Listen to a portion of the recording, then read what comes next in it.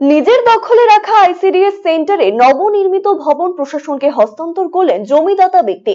শনিবার গাজলের সিডিপিও খোকন বৈদ্য পঞ্চায়েত সমিতির সভাপতি মোজাম্মেল হোসেনের উপস্থিতিতে সেই ভবনটি আইসিডিএস দপ্তরের অধীনে নিয়ে নেওয়া হয়। জমি দান করে চাকরি না মেলার প্রতিবাদে গাজলের রশিদপুরের সরকারি আইসিডিএস ভবন দখল করে রাখার অভিযোগ ওঠে ওই জমিদাতা ক্ষিতিশ সরকারের বিরুদ্ধে। এই ঘটনায় খোলা আকাশের নিচে অঙ্গনওয়াড়ি কেন্দ্রের পঠন পাঠন ও মিড ডে মিলের রান্না চলছিল। এই ঘটনায় জমিদাতার বিরুদ্ধে আইনানুগ ব্যবস্থা নেওয়ার হুঁশিয়ারি দেন সিডিপিও। এই খবর সম্প্রচারিত হয় আরসিটিভি সংবাদে।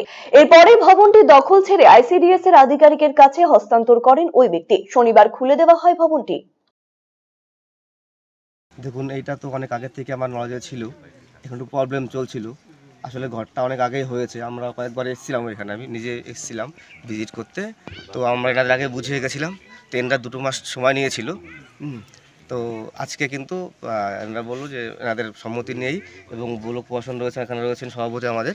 তো আমরা এসে ঘরটা কিন্তু খুলে দিলাম, এনারাই খুলে দিয়েছে, বাড়ির মালিকই খুলে দিয়েছে এবং এখানে 2-1 দিনের মধ্যেই আমাদের আইসিডিএস চালু হয়ে যাবে। হ্যাঁ, এখানে কোনো প্রবলেম নেই। একটু ভুল বোঝা ছিল, এটা মিটে গেছে, জনস্বার্থেই ওনারা এটা খুলে দিয়েছে, আর কোনো অসুবিধা নেই।